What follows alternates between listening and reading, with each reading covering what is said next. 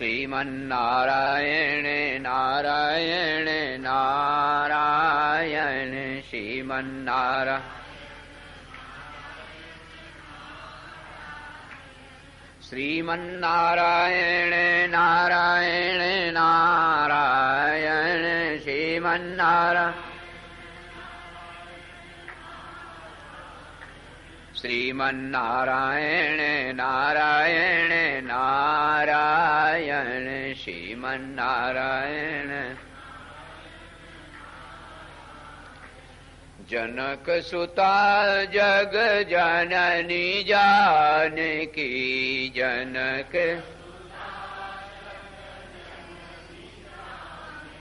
अतिशय प्रिय करुणा निधान की अतिशय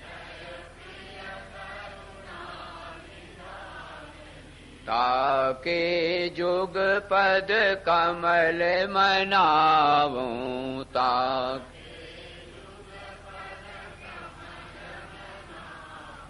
जासु कृपा निर्मल मति पाऊं जा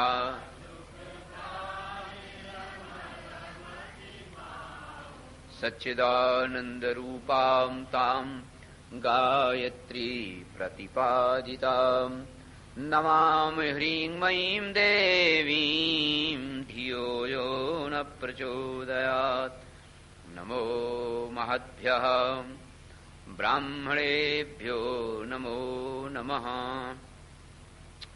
परम प्रेमास्पद परमात्म स्वरूप,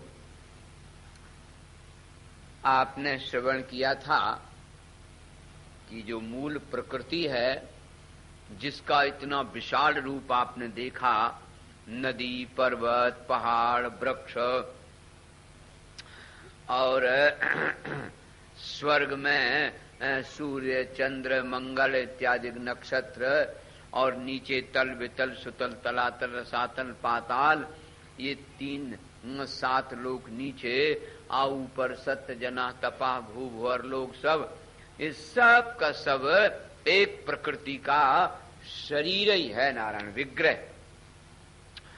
तो उस विग्रह को हम यद्यपि वो निर्विकार निरीह निर्विशेष निर्धर्मक अपरिच्छिन्न रूप है, लेकिन फिर भी उसका ध्यान करने के लिए, उसकी पूजा आराधना करने के लिए उसके रूप की भावना की गई है नारायण। तो हमारे यहाँ तो सिद्धांत ही है, ये तो दृष्टि की बात है ना नारायण। हम लोग जिसको गंगा मैया कहते हैं, दूसरे लोग उसको कहते हैं वो तो एक रिवर है, नदी है। हम कहते हैं गौ माता है, वो कहते हैं एक पशु है। तो दृष्टि के कारण अलग अलग दिखाई देता है।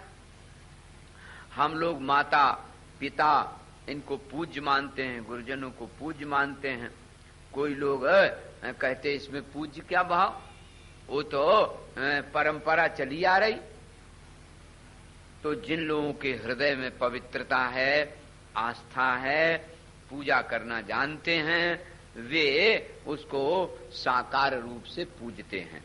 लेकिन वह पूजा पहुंचती निराकार को ही है, और भावना भी यही रहती है।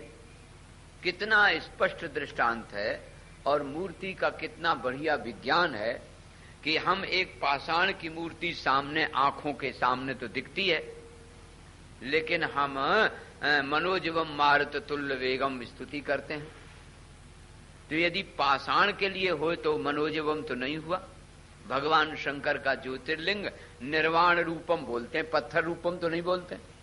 इसका मतलब हमारी भावना की दृष्टि से ही आराधना होती है, पूजा होती है, और वह पूजा वह आराधना उस निर्विकार ब्रह्म को ही प्राप्त होती है। आप चाहें जिसकी पूजा करें, पूजा वो पहुंचेगी चैतन्य देव के पास ही। इसी प्रकार से लोक व्यवहार भी ऐसे ही है। एक व्यक्ति है और वो एक व्यक्ति 5 महाभूत का सामान्य रूप पुरुष या स्त्री मान लो, उसको एक पत्नी के भाव से देखता है और एक माता के भाव से, एक पुत्री के भाव से। तो वो तो सामने तो मूर्ति 5 महाभूत है, पृथ्वी जल तेज वायु आकाश, लेकिन एक जो माता देखता है वो माता का ही व्यवहार उससे करता है।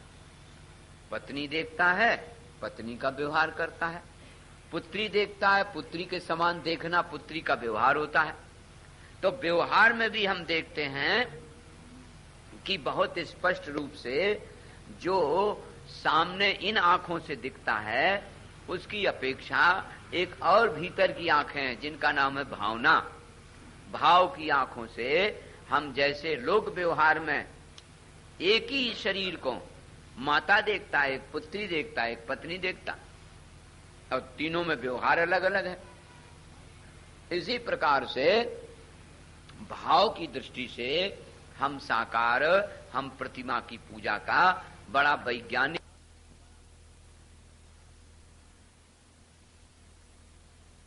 और महालक्ष्मी, महासरस्वती और सावित्री, ये जो नारायण पूजन की विधि इनकी अलग अलग सबकी बताई गई है।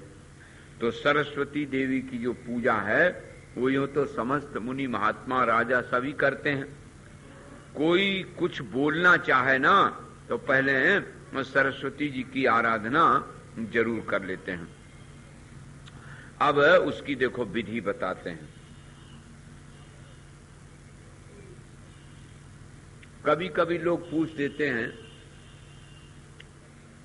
कि जो लोग मंगलाचरण नहीं करते, नास्तिक हैं, वो तो शुक्लाम ब्रह्म विचार सार नहीं बोलते और उनका कार्य तो पूरा होता है। तो कार्य पूरा होता है, वो मंगलाचरण नहीं करते हैं, सरस्वती की आराधना नहीं करते हैं, तो सरस्वती की आराधना व्यर्थ नहीं हो गई। अगर कोई एक व्यक्ति सरस्वती की आराधना न करके और कार्यारंभ करे तो क्या सरस्वती की आराधना व्यर्थ हो गई? इसको विचार करना चाहिए। कई बार प्रश्न कर देते हैं, सरस्वती जी को तो तुम्हारी आराधना नहीं चाहिए और ना स्तुति चाहिए। उनको ऐसा नहीं है कि जो स्तुति करे वही प्रसन्न हो, जो स्तुति नहीं करता उस पर भी वो प्रसन्न है, क्योंकि उसके पूर्व संस्कार उस प्रकार के हैं। सूर्य भगवान को जो कोई जल देता है उनको भी प्रकाश देते हैं, और जो गाली देता है उसको भी प्रकाश देते हैं।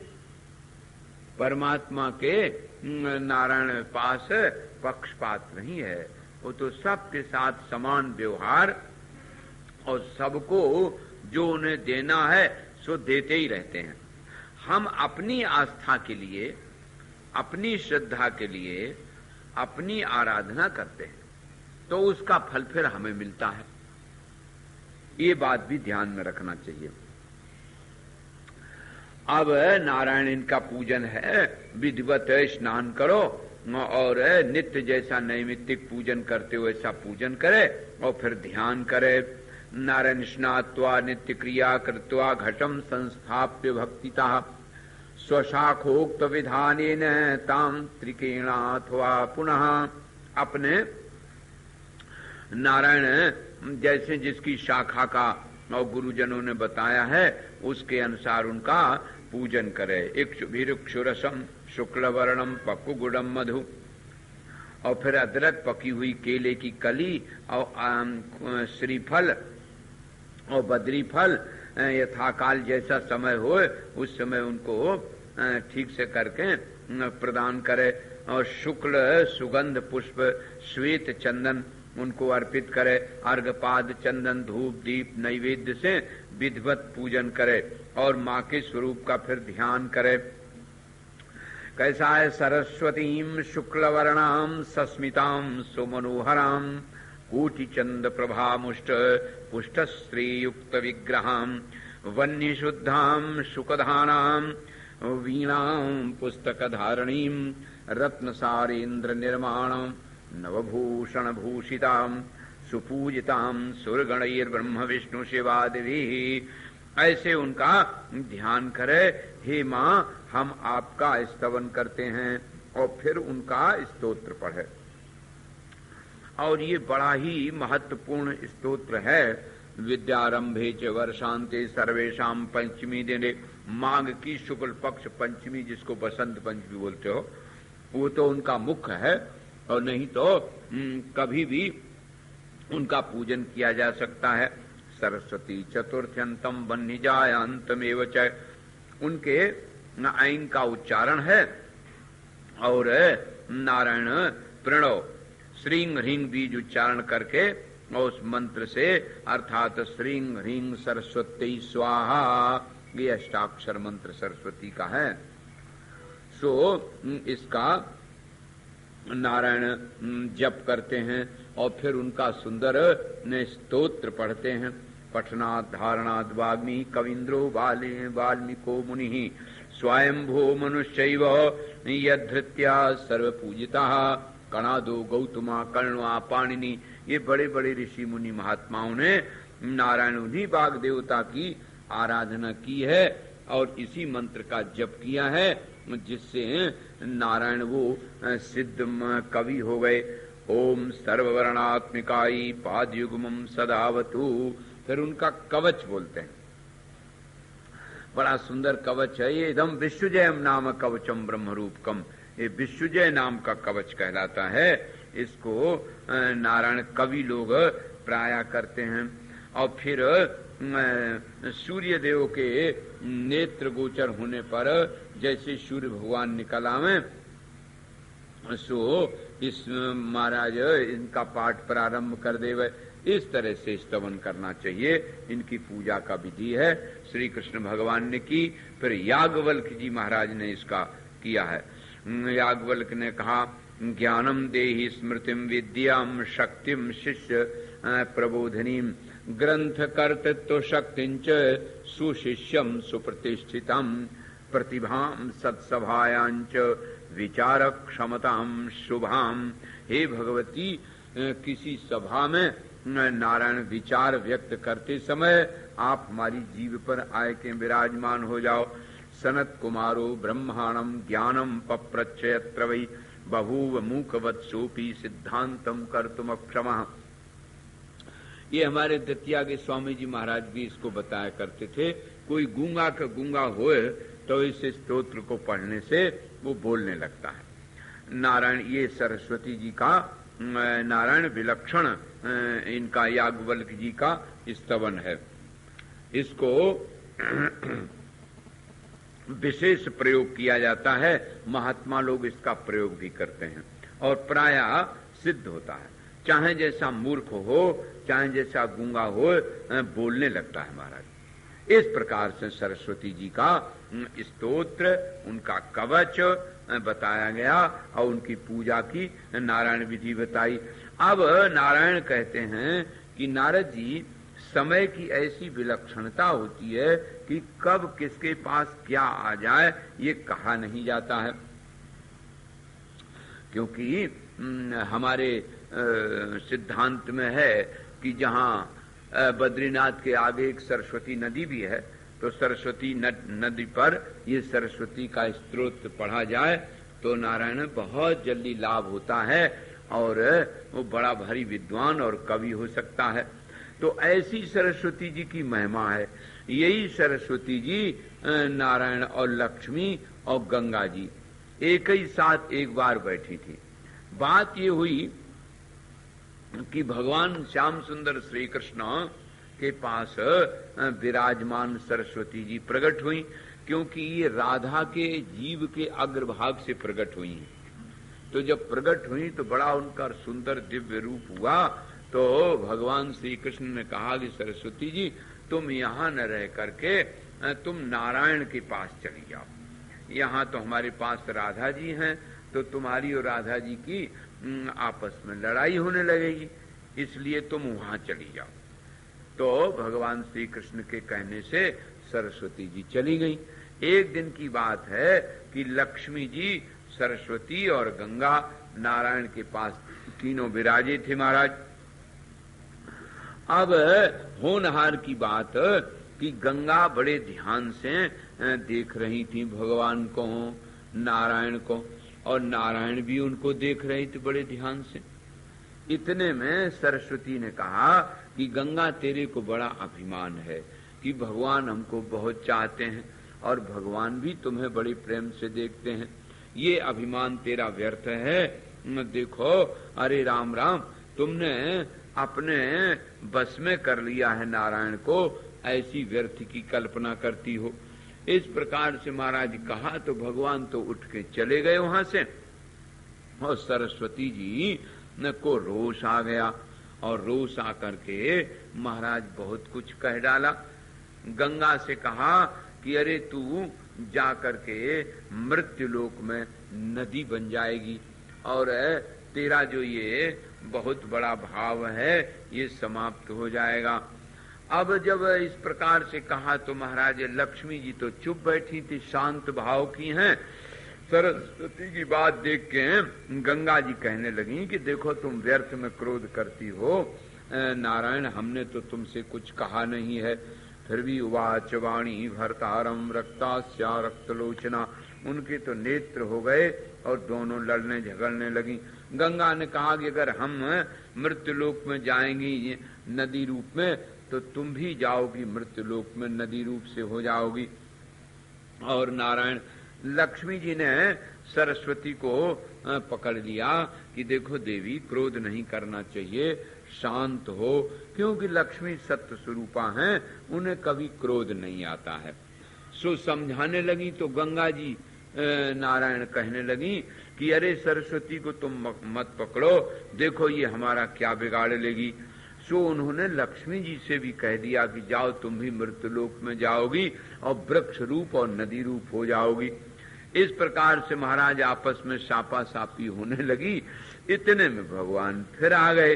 जब भगवान आ गए तो महाराज सब चुप बैठ गए, और अब थोड़ी देर में उनके मन में बात आई कि हमने बड़ी भूल की।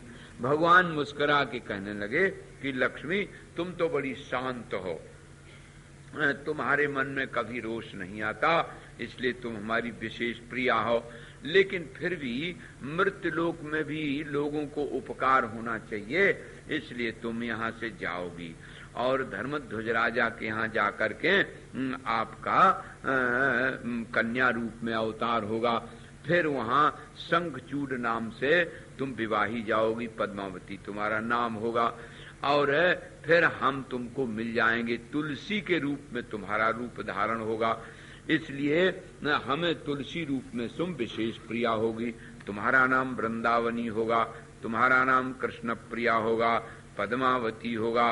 इस प्रकार से बहुत से तुम्हारे रूप होंगे, तुम चिंता मत करो, हम तुम्हारी ऐसी ऐसी प्रिया तुम हमारी मिल जाओगी, और त्रैलोक्य पावनी तुलसी नाम से भारत में बहुत प्रसिद्ध होगी। इसलिए तुम चिंता मत करो, तुम अब जाए के पद्मावती नदी बन जाओ। और सरस्वती से कहा कि तुम भी चिंता मत करो, देखो जो होना होता है सो ही होता है, तुम सरस्वती नदी बन जाओ। तुम्हारा तो बहुत स्तोत्र लोग पढ़ेंगे और मनुष्य लोक में तुम ही सबको कल्याणकारिणी होगी। और फिर गंगा जी से कहा कि तुम भी भाई धरती में इसलिए जाओ, ये जो सापा सापी हुई है वो भीतर से जो क्षोभ होता है सो महामाया के कारण होता है। तुम लोग यहाँ बैठी हो इसलिए धरती में भी लोगों का कल्याण हुए, इसलिए ये सापा सापी हुई है। इसलिए तुम जाओ और धरती में जा करके शंतनु की तुम पत्नी बनोगी और लोक का कल्याण होगा। अब तो महाराज जब इस प्रकार से तीनों से कहा तो तीनों में सलाह हो गई कि अरे राम राम, क्रोध में आकर के न जाने मेरे मन में ये महामाया का क्या क्षोभ हो गया जिसके कारण हमने एक दूसरे पर क्रोध कर दिया। अब हम भगवान के छोड़ के हैं और धरती में कैसे रहेंगे। गंगा जी कहने लगी अरे हमारे में तो लोग आए आए के स्नान करेंगे, पापी लोग उसी में छोड़ जावेंगे पाप, तो अब हम कैसे वहां रहेंगी। सो भगवान कहने लगे नहीं नहीं तुम चिंता मत करो, अभी तो तुम ब्रह्मा की ब्रह्माणी रूप में बनोगी और किसी प्रकार की चिंता मत करो। देखो मैं तुम्हें बताऊं, जैसे सरस्वती को बताया कि ब्रह्माणी बनोगी, ऐसे तुम भी शंतनु के यहाँ तो जाओगी। गंगा फिर तुम जब वो वसु पुत्र हो जाएंगे तो तुम फिर वापस आ जाओगी। जो तुमने ये कहा कि धरती में हमें पापी लोग स्नान करेंगे, तो वहां महात्मा लोग भी तो आवेंगे। महात्मा जो ब्रह्म ज्ञानी हैं, तत्व ज्ञानी हैं, रात दिन भगवान को जो आराधन करें, वे लोग भी जो आप में स्नान करेंगे तो उनका पुण्य भी तो तुम में आ जाएगा। इसलिए ऐसा मत विचार करो। गच्छ गंगे शिव स्थानम ब्रह्म स्थानम सरस्वती, तुम तो जाओ शिव जन के पास और ब्रह्म स्थान में सरस्वती तुम चली जाओ, और लक्ष्मी तुम जा करके धर्मध्वज के यहाँ बेटी बन जाओ। इस प्रकार से तीनों को कह करके नारायण भगवान ने भेज दिया। अब उसके फल स्वरूप एक दूसरे से मिलके बड़े प्रेम से वहां से चली नारायण। यद्यपि ये भगवती की प्रेरणा ही होती है, जो जहाँ जैसे होता है उसके अनुसार ही उसकी बुद्धि बन जाती है। मत्ता स्मृतिर ज्ञान मपोहनंच, उसी की दृष्टि से याद आती है और उसी की दृष्टि से महाराज भूल भी हो जाती है। तो कहते हैं इन लोगों के हृदय में जब कभी भी कोई ऐसा भाव आता है जिस भाव में क्रोध आ जाए, तो उस समय नारायण वो क्रोध में आए करके व्यक्ति काम कर जाता है, लेकिन फिर उससे पश्चाताप होता है। आप वर्णन करते हैं, थोड़ा कलयुग का वर्णन कर दिया, क्योंकि कहा कि ऐसी ऐसी कलयुग की दशा में हम लोग वहां धरती में जाएंगी तो बड़ी विचित्र दशा होगी। वहां तो पूतश्च वृषली पुत्रो मदभक्त स्पर्श दर्शनात् शूद्राणाम सूपकारश्च देवलो ग्राम याजका अदीक्षितो भवेत् पूतो मदभक्त स्पर्श दर्शनात्। वर्णन करते हैं ये शूद्रों का जो भोजन बनाते हैं ना, कहते हैं जो भक्तों का दर्शन करते हैं तो वो चाहे जितने पापी से पापी हों, उनका भी नारायण पाप छूट जाता है। तो ये जो तीनों तुलसी और लक्ष्मी, सरस्वती और गंगा, ये तीनों देवियां जब धरती पे आ गईं तो इन्होंने बड़ा उपकार किया। पुण्य स्वरूपम पापग्नम सुगदम मुक्ति भुक्तिदायकम। देखो दुनिया के लोग कितने पाप परायण होते हैं, खास तौर से कलयुग में, तो इनके स्पर्श मात्र से उनका कल्याण हो जाएगा। और यदि ये ना आती संयोग बसात तो वो बेचारे कलयुग के जीव जो रात दिन पाप परायण ही हैं, जिन्हें किसी प्रकार से शास्त्र से कोई मतलब नहीं है, दम्भी हैं और भक्तों के लिए हंसते हैं, ऐसे लोगों के परम कल्याण के लिए ये तीनों प्रकट हुई नारायण। अब यहाँ वर्णन करते हैं कि जो केचित ग्रामाश्च नगरा नरशून्या भयानका केचित स्वल्प कुटीरेण नरेण च समन्विता अरण्यानि भविष्यन्ति ग्रामेषु नगरेषु च अरण्यवासिना सर्वे जनाश्च करपीडिता।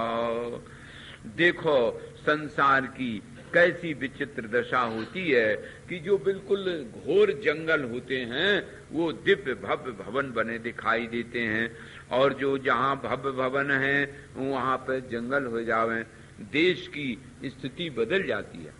मेरे सामने ही अभी मैंने देखा दतिया का स्टेट कितना सुंदर बड़ा भारी राज्य था, ग्वालियर का और काशी का तो देखा ही। इस सब में बड़े विशाल विशाल राज्य और बड़ी विधिवत उनकी अलग अलग अपनी अपनी स्टेट थी। लेकिन महाराज अब वहाँ जहाँ हाथी और घोड़ा रहते थे वहाँ गर्दभ देव अंगड़ाई ले रहे हैं, हाथी घोड़ा तो दूर रहा। तो समय तो बदलता ही रहता है भाई। नारायण कहते हैं कलयुग के विशेष प्रभाव में लोग थोड़े दुखी रहते हैं। कभी कभी अनावृष्टि हुई तो तालाब सूख गए, नदियों में पानी नहीं, क्योंकि जब राजा अधार्मिक होता है तो पांचों तत्व माने पृथ्वी, तो पृथ्वी फिर अन्न कम देने लगती है, और जल कहीं तो बहुत बरसेगा कहीं बरसेगा नहीं नारायण, और आग देवता कभी इतने तपेंगे जहां देखो तो मकानन में आग लग जाए, आग्नेयास्त्र जो बंदूक वगैरह जो हैं ये बहुत चलेंगे। तो इस प्रकार से कलयुग में ये पांचों तत्व पृथ्वी, जल, तेज और वायु, समुद्र में उफान आ जाए तो मर्यादा छोड़ दे। ये राजा कलयुगी राजाओं के राज्य में इस प्रकार का प्रभाव होने लगता है।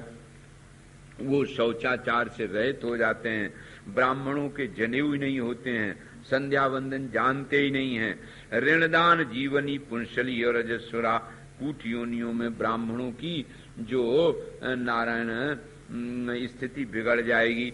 उनके देवियां भी आचार विचार से रहित हो जाएंगी। रजस्वला देवियां उसको मानेंगी नहीं, कहें प्राकृतिक नियम है। ये तो सही बात है। आजकल पहले नियम होता था कि अशुद्धि के दिन 3-4 दिन वो देवियां कुछ स्पर्श नहीं करती थी, भोजनालय में नहीं जाती थी। अब कहने लगे को तो प्राकृतिक नियम है, तो कहते हैं वो पवित्रता नहीं रहेगी, उन्हीं का बना हुआ लोग भोजन करने लगेंगे, जिससे बुद्धि आस्थावती न रह जाएगी। ऐसे कलयुग में नारायण जहाँ की प्रजा भी दुखी और जनता में सब प्रकार से जब दुख होने लगेगा, काल की संख्या की विधि बिगड़ जाएगी। तो उस तरह से 5000 वर्ष जब बीत जाएंगे तब कहते हैं सत्य, त्रेता, द्वापर इनके युग पर्याय क्रम से वो बीतते जाते हैं ना, तब धीरे धीरे तुम फिर अपने अपने स्थान पर आ जाओगी। तो कलयुग में 5000 वर्ष के बाद गंगा जी का जो रूप है, जितनी उनमें शक्ति है उतनी शक्ति कहते नहीं रह जाएगी। इस प्रकार से ये वर्णन किया। अब आगे कहते हैं कि एक बार इंद्र नारायण अपने मनवंतर के बीतने पर अर्थात एक मनवंतर तक एक इंद्र रहता है, तो फिर उसका पतन हो जाता, फिर दूसरा आ जाता है। इंद्र का पतन हो जाए तो हिरण्यगर्भ ब्रह्मा का 1 दिन होता है, और 108 वर्ष पूर्ण होने पर ब्रह्मा का फिर पतन हो जाता उनके अनुसार। ये काल का प्रमाण है। वैकुंठे गोलोके दुवज स्वयं ब्रह्मादि तृण पर्यंतम सर्वे प्राकृतम भवेत यद्यद प्राकृतकम सृष्टम सर्वम नश्वरमेव च। बड़ा सुंदर कहते हैं नारायण नारद जी, ये देखो इंद्र भी बदल जाता है और नारायण ब्रह्मा भी बदल जाते हैं, और एक एक अंड में जो ब्रह्मा जी और विष्णु और रुद्र है ना, ये सब बदल जाते हैं। तो जब सब बदल जाते हैं, इसका अंतर क्या हुआ? बोले यद्यद प्राकृतम सृष्टम सर्वम नश्वरमेव च। जो सृष्ट है, जो प्राकृतिक से बना हुआ है, वो एक दिन अवश्य नष्ट हो जाता है। सर्वव्यापी सर्वपाता प्रदाता सर्व संपदाम विष्णु सर्वेश्वरा श्रीमान यद भक्त्या तस्य सेवया महामाया च प्रकृति सर्वशक्तिमयी ईश्वरी। इसलिए व्यक्ति को चाहे इंद्रलोक मिल जाए चाहे ब्रह्मलोक मिल जाए, ये समझे रहना चाहिए कि ये भी भैया स्थायी नहीं है। आ ब्रह्म भुवनान लोका पुनरावर्तिनो अर्जुन। हे अर्जुन प्यारे, ये सब बदलने वाले हैं, सब समाप्त हो जाते हैं। तो कहते हैं इसलिए हमें भक्ति से, श्रद्धा से अपने शरीर को थोड़ा तपाए के भगवान की आराधना करना चाहिए। ओ भगवती पराशक्ति परारूपिणी सब में विराजमान है, क्योंकि सर्वेश्वरी सर्वंध्या सर्वेशाम पुत्रदायिनी इच्छानुसार सबको फल देने वाली है। नारायण अब वर्णन करते हैं कि वही शक्ति रूपा राधिका को शशिकला के समान देख करके और स्वयं वक्षस्थल में धारण किए करुणा युक्त होकर के बड़े प्रसन्न रहते हैं। कहते हैं मेरे प्रति भक्तमती होकर सदा मेरे वक्षस्थल में विराजमान करो। सब पत्नियों के मध्य तुम सौभाग्य में और प्रणय में सबसे श्रेष्ठ होगी। तुम्हारे अधीन हम हमेशा रहेंगे। ऐसे उसी प्रकृति रूपा राधा से भगवान स्वयं बोलते हैं। नारायण पहले पंचभूति के अतिरिक्त संपूर्ण देवियों की कथा नारायण, जैसे आपने 5 का सुना था ना, माने महालक्ष्मी, महासरस्वती, दुर्गा और सावित्री और राधा, तो उन्हीं का नारायण वर्णन किया है। सरस्वती का आप सुनी लिए। और दिव्यंबर सहस्त्रंच तपस्तत्वा हिमाचले, मूल प्रकृति के प्रसाद बल से ही संपूर्ण को संपदा नारायण मिलती है। सो देखो, आप जानते ही हैं कि वो दिव्य 60 सहस्त्र 1000 वर्ष तक शक्ति की आराधना करके और वो वंदनीय हुई है। 100 मन्वंतर तक भगवान शंकर ने तप किया। ब्रह्मा और विष्णु ने भी 100 मन्वंतर तक शक्ति की आराधना की, तब वो विष्णु को विष्णु पद और शंकर को शिव पद प्राप्त हुआ है। दुर्गांच तत्पदम ध्यात्वा सर्व पूज्या बभूवा, सरस्वती तपस्तत्वा पर्वते गंधमादने। धर्मदेव 10 मन्वंतर तक भक्ति भाव से पूजा करते रहे और कहते हैं इस प्रकार से देवता और देव मनुगण सब ने शक्ति की आराधना की है। उसी शक्ति की आराधना से ही नारायण सब कुछ विधान से प्राप्त होता है। वही मैंने अपने जैसा गुरुमुख से सुना है, सो हम तुमको नारायण सुना रहे हैं कि किस प्रकार से नारायण देवी प्रसन्न होती है और वो इस रूप में प्रकट होती है। देखो, आपको मालूम है कि जब सारे संसार में प्रलय थी, प्रलय जल ही जल दिखाई दे रहा था, तो अभी आपने सुना कि ब्रह्मा जी के मनु प्रकट हुए। दाहिनी ओर मनु और बाईं ओर शत्रुपा। उन्होंने कहा आज्ञा, तो कहा भाई सृष्टि करो। तो कहा सृष्टि कहाँ करें, हमें तो यहाँ जल ही जल दिख रहा है। तो जब इस प्रकार से कहा तो वो प्रसन्न हो गए। नारायण ब्रह्मा जी का अच्छा व्यवस्था करते हैं, तो ध्यान लगाया तो उनके नाक से सूकर भगवान प्रकट हो गए। तो वो जो वराह भगवान जब प्रकट हुए तो वराह भगवान ने जल में प्रवेश किया और जल में प्रवेश कर करके पृथ्वी को अपनी डाढ़ों पर धर के ले आए। अब वो पृथ्वी ने तुरंत भगवान को देख करके अपना दिव्य रूप धारण कर लिया और दिव्य रूप धारण करके भगवान के साथ उनको विहार करने की इच्छा हो गई। सो नारायण वो भगवान बड़े भक्त वत्सल हैं, सो उन्होंने तुरंत अपना दिव्य रूप धारण किया और उसकी इच्छा अनुसार पृथ्वी के साथ बहुत दिन तक विहार होता रहा। अब जब बहुत दिन तक विहार हुआ तब फिर उन्होंने कहा कि देखो 12 और 12 ही रूप धारण करने के बाद अब हम लोगों को अपने अपने रूप में आना चाहिए। तब वो अपने रूप में आए।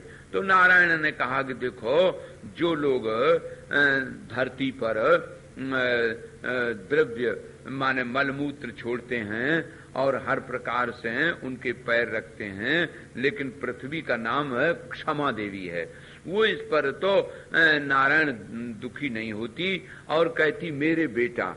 जैसे कोई बेटा अपनी मैया की छाती पर पैर रखता है और सब प्रकार से फेंकता है। देखो ना, गर्भ के समय में जिस समय बच्चा होता है तो अपने पैर फेंकता है, तो पैर फेंकता है तो माता को चोट लगनी चाहिए, तो नाराज होना चाहिए। लेकिन कौन ऐसी माता है जो अपने गर्भस्थ शिशु पर नाराज होए? बल्कि जिसके गर्भ नहीं होता है तो उसको दुख लगता है, क्योंकि वो बंध्या कहलाती है। ऐसी भगवती क्षमा देवी पृथ्वी है। इनका पूजन और विधान भी बताया गया। कर्ण शाखा के अनुसार उनकी स्तुति की जाती है। पृथ्वी आदौ च पृथ्वी देवी वराहेण च पूजता, ततो ही ब्रह्मणा पश्चात पूजता पृथ्वी तदा। पृथ्वी की पूजा ब्रह्मा जी ने की और उनकी स्तुति की। ओम ह्रीं श्रीं क्लीं वसुधायै स्वाहा इत्यनेन मंत्रेण विष्णुना पूजिता पुराम। सबसे पहले विष्णु भगवान ने इस मंत्र के द्वारा पृथ्वी की पूजा की। जय जय जलाधारे जलशीले जलप्रदे, यज्ञ सूकर जाए तुम जय जयम देहि जयावहे। हे वसुंधरे माँ तुम्हारी जय हो, हे मंगल करणी आपकी जय हो, हे सर्व काम प्रद नारायणी आपकी जय हो। तो इस प्रकार से उनकी स्तुति की गई। और वह जो स्तुति है वह स्तुति विधि पूर्वक जो कोई करेगा कलयुग में उनका सब प्रकार से सिद्धि मिलेगी। पुण्याश्रये पुण्यवता मालय पुण्य दे भवे सर्व सस्यालय सर्व सस्याढ़े सर्व सस्य दे। संपूर्ण धन धान्य को देने वाली हे पृथ्वी देवी, आपको बार बार नमस्कार है। इस स्तोत्र को रोज कोई प्रातः उठ करके जो पढ़ेगा उसको सब प्रकार से सिद्धि मिलेगी। और भूमि में जो उत्पात करेगा नारायण, वो भी उसको पातक छूट जाएगा। नारायण ने कहा, नारद इस प्रकार से देखो यहाँ भूमि की पृथ्वी की महिमा और पृथ्वी की पूजा और पृथ्वी का स्तोत्र बताया गया।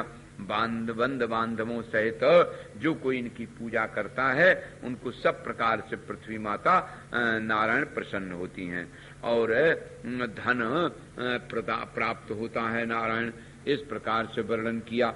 अब कहते हैं श्राद्धम करोति यो मूढ़ो नरकम याति निश्चितम भूमौ द्वीपम योर्पयति सचांधा सप्त जन्मसु।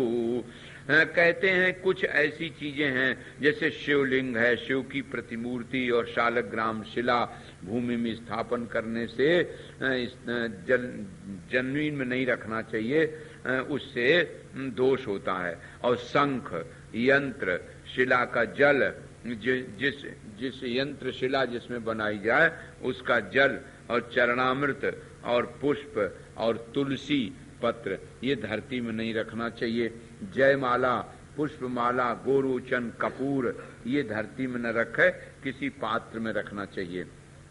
और यज्ञ कार्य का जब समाप्त हो जाए तब उसको दूध दही से पृथ्वी का यज्ञ भूमि का अभिषेक करना चाहिए, क्योंकि जमीन पर रखने से पृथ्वी का आकर्षण भी हो जाता है और दोष भी लगता है।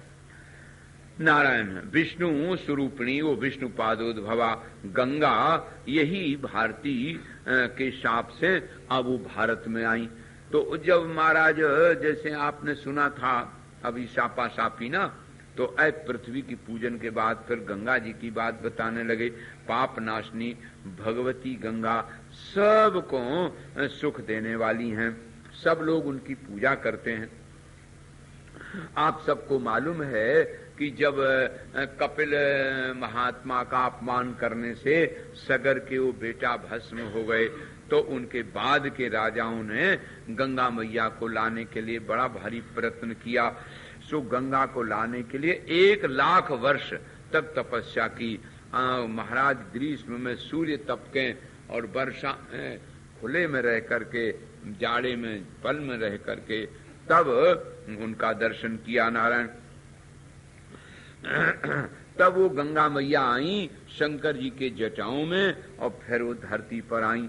सो ये गंगा मैया ने कृपा की धरती पर। देखो गंगा जी का दर्शन, उनका स्पर्श नारायण सब तरह से फलदायक होता है। इसलिए ज्ञानी ध्यानी महात्मा ऋषि मुनि सब गंगा के किनारे ही ज्यादातर रहना पसंद करते हैं। गंगा स्नान करे उससे भी अपेक्षा 10 गुना पुण्य लाभ होता है। और यदि सूर्य के संक्रमण के समय में जब हो तो और लाभ होता है। अमावस्या के दिन गंगा स्नान और लाभ करता है। चतुर्मास पूर्णिमा अक्षय नवमी या तृतीया में गंगा स्नान करने से और लाभ होता है। तो इस प्रकार से कहते हैं गंगा जी की बहुत बड़ी महिमा बताई। फिर बोले कि गंगा की पूजा करने का भी विधान है। गंगा स्तोत्र भी है, गंगा लहरी नाम से बड़ी प्रसिद्ध है। सो उनका वर्णन करते हैं। अब भारत भूमि में विराजमान भगवती आपको नमस्कार है, ऐसे उनकी स्तुति करना चाहिए।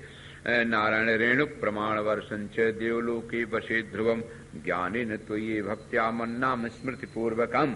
आपका नारायण कर्ण शाखा के युक्त से ध्यान किया जाता है और उनकी स्तुति की जाती है। गंगा जी की जो स्तुति है ना और उनका कवच है वो भी बड़ा प्रसिद्ध है नारायण, उसको भी यहाँ पढ़ा गया है। भगीरथस्य गंगा च सोऽन्तर्धानं चकारः केन ध्यानेन स्तोत्रेण केन पूजा क्रमेण च।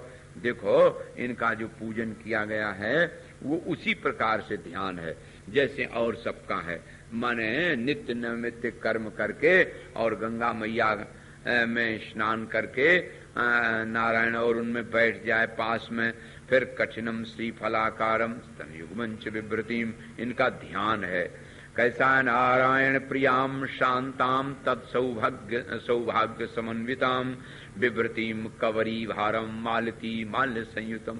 गंगा जी की मूर्ति भी बनी होती है प्राय गंगा के किनारे, तो सुंदर दिव्य उनका रूप है, सुचारु वक्र नयन है और मगर की उनकी सवारी है।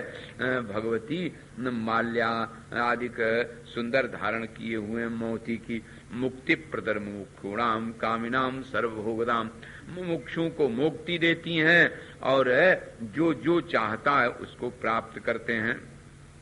अब देखो गंगा जी का वर्णन करते हैं स्तोत्र का। षष्ठी लक्ष्य योजनाया ततो दैर्घ्य चतुर्गुणा समावृताया वैकुंठे ताम गंगाम प्रणमाम्य हम। गंगा जी को हम प्रणाम करते हैं। कैसे हैं? जो जो 60,000 योजन तो लंबी हैं और 10 गुण स्थान अधिकार करके सूर्यलोक में वास करती हैं। हे गंगा आपको नमस्कार है। जो आप 10 गुना स्थान अधिकार करके पाताल में भी रहती हैं, उन गंगा को नमस्कार है। इस प्रकार से जल प्रभा कलौया च नान्यत्र पृथ्वी तले, सब जगह आप विराजमान हैं, ऐसी गंगा हम आपको प्रणाम करते हैं। इस प्रकार से इनका स्तोत्र है। 21 नारायण प्रकार के जो पाप होते हैं प्राय रोज जो हो जाते हैं, जैसे धोखे में कोई कीट मर जाए अथवा धोखे में झूठ बोल जाए अथवा किसी का अपमान हो जाए, इस प्रकार के जो ना जान में भी दोष हो जाते हैं, गंगा जी का दर्शन मात्र से वो ठीक हो जाते हैं। भक्ति पूर्वक भगवती गंगा की जो पूजा करता है और ये जो स्तोत्र अभी आपने सुना इसका करता है, उसको अश्वमेध यज्ञ का फल प्राप्त होता है नारायण, और बंधनों से मुक्त हो जाता है। कृष्णा संपूज्यताम राधा वास रास मंडले कृष्णेन पूजताम सातु संपूज्य मानसा। अब वर्णन करते हैं कि अब इस प्रकार से गंगा जी की पूजा और स्तुति का वर्णन किया। फिर कहा कि कार्तिक पूर्णिमा के दिन राधा के महोत्सव में श्री कृष्ण ने राधा की पूजा की है। रास मंडल के लिए ब्रह्मादि देवता शौनकादिक ऋषि परमानंद पूर्वक कृष्ण जी की इस रास मंडली की अधिष्ठात्री देवी राधा जी की पूजा करते हैं। सो बड़े नारायण मनोहर स्वर ताल युक्त होकर के सरस्वती को संतुष्ट करके ब्रह्मा जी ने महादेव जी के ब्रह्मांड में बहुत सुंदर आख्यान वर्णन किया है कि किस प्रकार से भगवान रास मंडल में राधा जी की पूजा करते हैं। और दुर्गा नारायणी ईश्वरी और ईशानी उन्हें दुर्लभ ब्रह्म भक्ति प्राप्त होती है जो कोई इनकी पूजा करते हैं। अग्नि ने अग्नि परीक्षित उत्कृष्ट वस्त्र, वायु ने अपने उत्तम मणिमय नूपुर, इनको सबको भेंट दिए महाराज। भूतपति महादेव जी ब्रह्मा जी के वचनानुसार श्री कृष्ण के रास के उत्सव में गए तो बोले वो संगीत वाद्य के आचार्य है ना, तो उन्होंने बाजा प्रारंभ संगीत प्रारंभ कर दिया। अब ये देख करके महाराज पुतली के समान सब लोग रह गए, मूर्छित हो गए। सो फिर उनके उस रास मंडल में भगवान शंकर जी का जो संगीत था उससे सब मुग्ध हो गए। और राधा और कृष्ण देखा कि वहां गायब हो गए, है ही नहीं। ऐसा संगीत कि राधा कृष्ण थे ही नहीं। क्या हुआ? बोले वो जल की तरह रूप बन गया, जलमग्न हो गए। तब गोप गोपी देवता ब्राह्मण जोर जोर से रोने लगे कि कहाँ गई मेरी राधा, कहाँ गए मेरे कृष्ण। दोनों के दोनों ये तो जलमयी मूर्ति बन गई। तब उसी समय श्री कृष्ण की स्तुति सब लोग देवता लोग करने लगे। इतना प्रेम का प्रवाह बढ़ा कि दोनों जलमय हो गए। तब नारायण जब ये इस प्रकार से स्तुति की तो आकाशवाणी हुई कि तुम चिंता मत करो, देखो सर्वव्यापी सर्वशक्ति रूपिणी राधा जी सर्वव्यापिनी हैं। उन्होंने ही श्री कृष्ण के साथ एक गंगा का रूप धारण कर लिया है। तुम लोग चिंता मत करो, ये वही गंगा हैं जो श्री कृष्ण और राधा जी के दिव्य प्रेम से जल रूप हो गए हैं। ऐसे नारायण वर्णन करते हैं। सहस्रेषु शतेषु मन्मन्त्रोपासको भवेत, जना मन्मंत्र पूताश्च गमिष्यन्ति च मत्पदम्, अन्यथा न भविष्यन्ति सर्वे भूलोकवासिनः। कहते हैं कि देखो ये वर्णन किया कि भगवान जब जल रूप में हो गए तो भूलोक को प्रसन्न करने के लिए ये आकाशवाणी जब हुई तो सब लोग बड़े प्रसन्न हो गए। शंकर जी ने उस वाणी को समझाया कि देखो भाई, अब मैं इसी के द्वारा राधा मंत्र से परिपूर्ण वेद का रूप तंत्र शास्त्र का प्रणयन करूंगा। गंगा जल का स्पर्श किया नारायण, और वो ब्रह्मा जी की अवस्था के काल तक, माने 14 मनवंतर तक एक दिन हुआ, 1 वर्ष, और फिर ऐसे 100 वर्ष तक ब्रह्मा जी होते हैं। ये समय है। तो गोलोक में स्थिर होकर के देवताओं के सामने भगवान शंकर ने कहा, श्री कृष्ण राधा सहित वहां प्रकट हुए, देवता लोग प्रसन्न हो गए और रास महोत्सव फिर होने लगा। इस प्रकार से कहते मैंने तुमको बताया कि कैसे राधा और कृष्ण का ही द्रव्य रूप गंगा जी का रूप है, जो स्नान आदि करने से मुक्त प्रदान करती हैं। भारतम भारती शापा समागति ईश्वरेच्छया। अब वर्णन करते हैं कि कलयुग के जब 5000 वर्ष बीत जाएंगे तो गंगा जी अपने लोक में चली जाएंगी।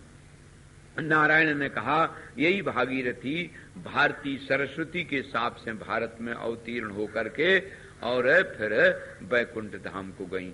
और इधर कहते हैं साप का जैसी समाप्ति हुई तैसे वो भारती सरस्वती और पद्मावती ये भी दोनों भारत त्याग के नारायण के पास चली जाएंगी।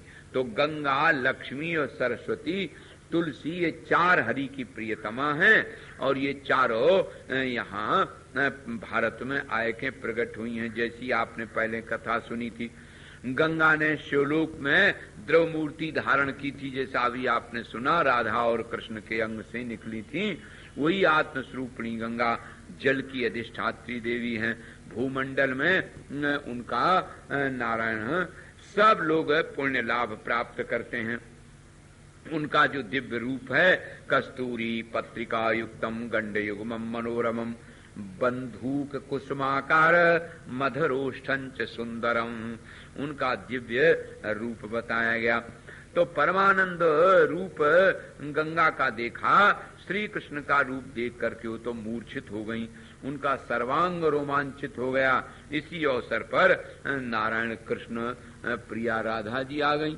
अब ये गोलोक की बात है। जब वो गंगा जी ने अपना सुंदर दिव्य रूप धारण किया और भगवान की ओर प्रेम से देखने लगी, उसी समय में कृष्ण प्रिया राधा जी आ गई। सो उन्होंने देखा कि इस प्रकार से निर्लज्ज होकर के और गंगा हमारे प्रियतम को देख रही हैं। सो उन्होंने भी महाराज रोष में आके कह दिया कि देखो तुम यहाँ रहने लायक नहीं हो, तुम तो जाओ पृथ्वी में लोगों को सुख दे जाए।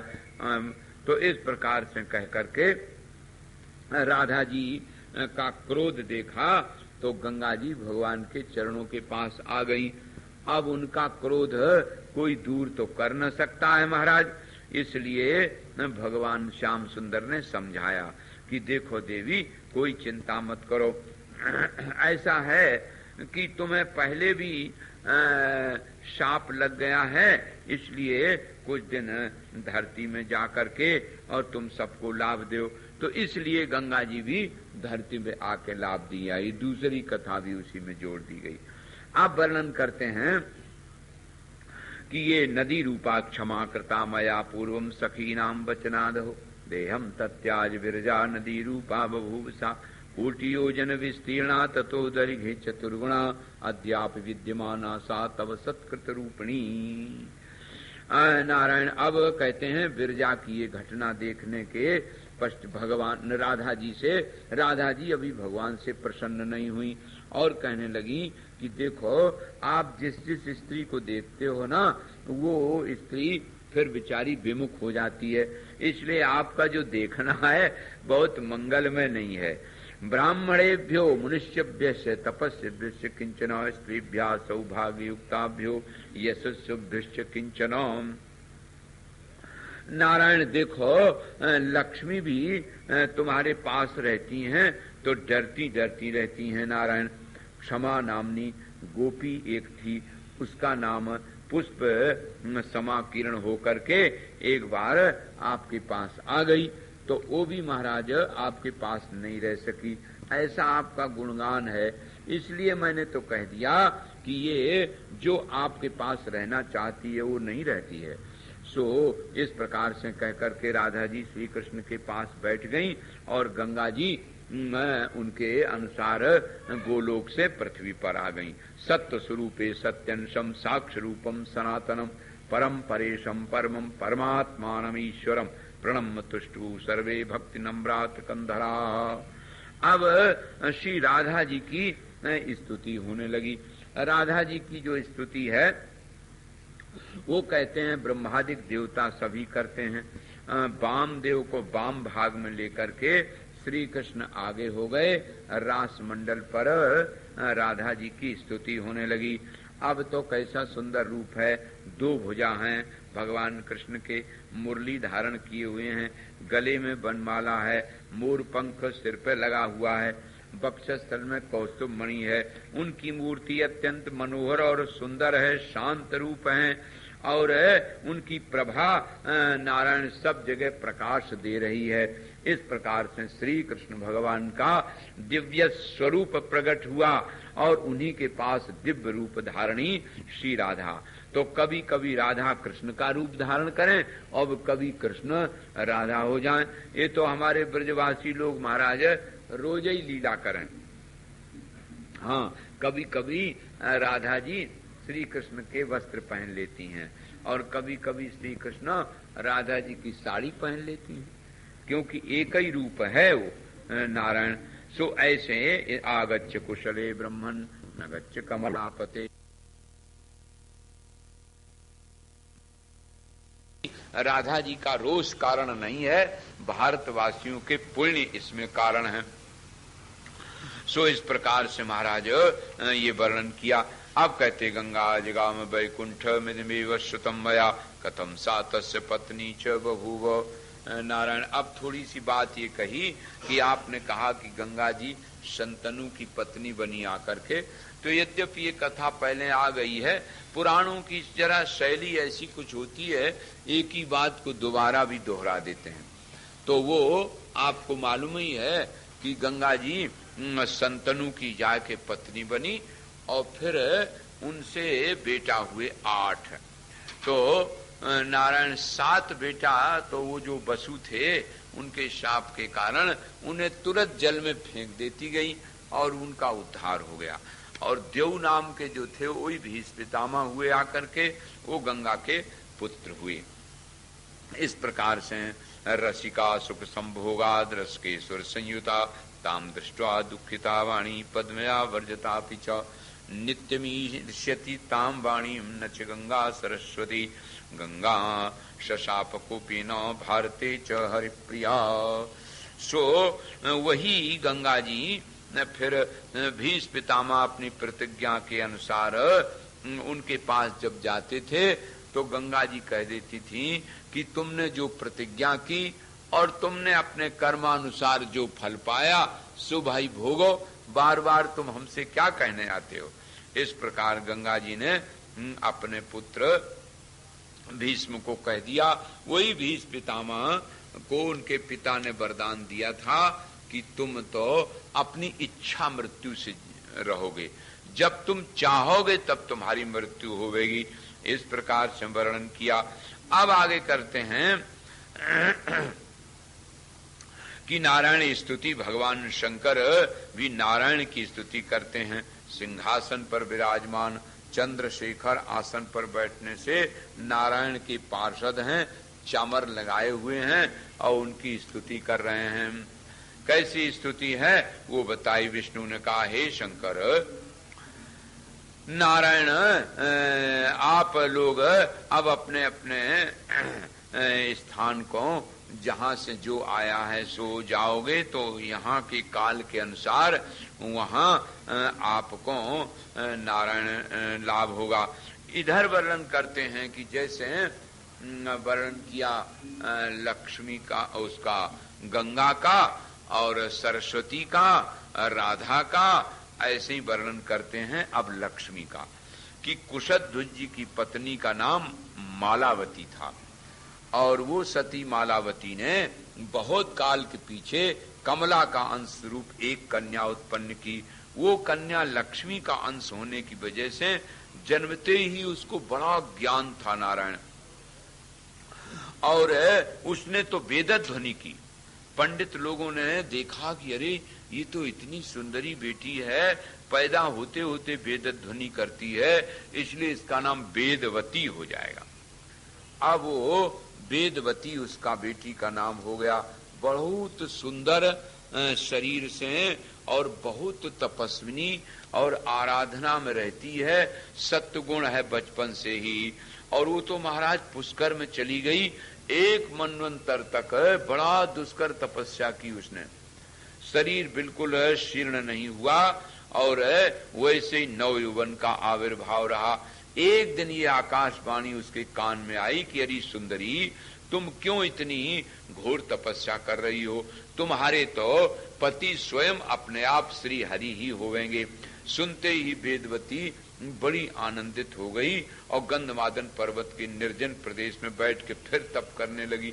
बोले हमें तो भगवान चाहिए। उसी समय वो तप कर रही थी, रावण घूमता हुआ वहां आया। तो रावण तो बड़ा दुष्ट स्वभाव का राक्षस रहा। उसने कहा कि अरे सुंदरी देवी, तुम्हारा इतना सुंदर दिव्य रूप है, यहाँ घोर जंगल में तप क्यों कर रही हो? हम तुम्हारे पति त्रिलोक विजयी बन जावेंगे। और ऐसा कहकर जब उसने बहुत डांट दिया तो रावण तो दुष्ट ही ठहरा, उसने उसका जूड़ा सिर पकड़ लिया। सो अपने हाथ से ही उन्होंने वो इतने बाल काट दिए और कहा कि अरे दुष्टो, तूने हमारा स्पर्श कर लिया है, श्री हरि के सिवाय मेरा और कोई पति नहीं हो सकता, इसलिए जाओ, तेरे लिए हम आकर के सीता का रूप धारण करेंगे और तब तेरे को हम ही मारेंगी। सीता देवी ते विख्याता यदर्थे रावणो हतः, वही वेदवती सीता बनी आय करके। तो नारायण इस प्रकार से वो जो वेदवती है, नव यौवन सीता सुकुमार शांत सुरसिक देवर्षियों से पूज्य बनी आकर के, जो कि राम त्रेता युग में श्री राम जी भगवान के पति हुए उनके, और रामचंद्र जी ने फिर उस रावण को मारा था नारायण। तो इस प्रकार से वो वर्णन आया। फिर कहते हैं कि काले न प्राप्त तदवार्ताम गोदावरी नदी तटे सहायान बानरान कृत्वा बबंध सागरम हरि। श्री राम का वर्णन आ गया कि राम जी ने उनके साथ कैसे विवाह किया, फिर 12 वर्ष बाद वनवास गए और फिर उनका प्रिया का हरण हुआ और फिर किस प्रकार से वानरों को साथ लेकर के सेना तैयार की और तैयार के करके नारायण उस दुष्ट राक्षस को मार दिया और मार करके फिर उन्होंने अपनी उस लक्ष्मी रूप सीता को प्राप्त किया। और वही सत्ययुग में कुशध्वज की कन्या वेदवती, त्रेता युग में जनक कन्या सीता रूप से राम की पत्नी, और द्वापर में उसकी छाया द्रौपदी नाम से उत्पन्न हुई। और वो सत्य, त्रेता और द्वापर इन तीनों युगों में विद्यमान रहती है, इसलिए इसको त्रिविहारणी कहते हैं। देवर्षि नारद जी ने नारायण से कहा, हे महाराज, हमें ये संदेह हुआ कि वो जो लंकापुरी में जब सीता जी थी, राम के पास जब आई तो आग में जल गई।